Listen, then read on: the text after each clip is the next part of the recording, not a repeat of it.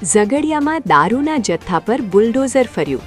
6 police સ્ટેશનનો 56.62 lakh રૂપિયાનો વિદેશી દારૂ નાશ કરાયો.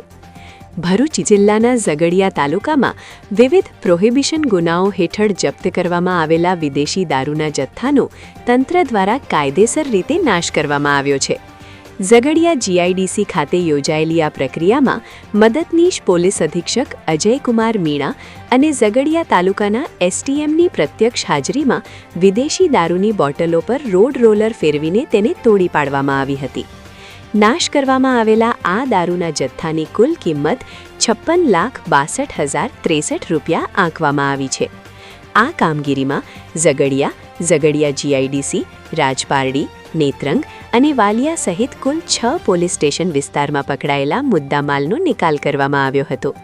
પોલીસ અને વહીવટી તંત્રની સંયુક્ત દેખરેખ હેઠળ કુલ 27,723 બોટલ પ્રતિબંધિત વિદેશી દારૂનો સંપૂર્ણ નાશ કરવામાં આવ્યો હતો.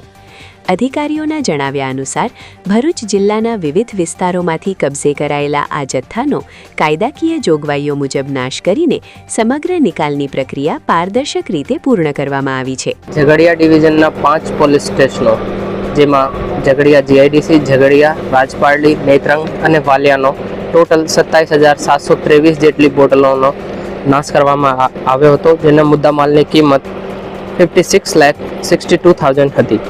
આમાં આપણે એસડીએમ સાહેબની અધ્યક્ષતામાં અને પ્રોહિબિશનના અધિકારી પણ હતા અને પ્રોપર પંચનામો કરીને આપણે 56 લાખ જેટલા રૂપિયાના મુદ્દામાલનો નાશ કરવામાં આવ્યો હતો.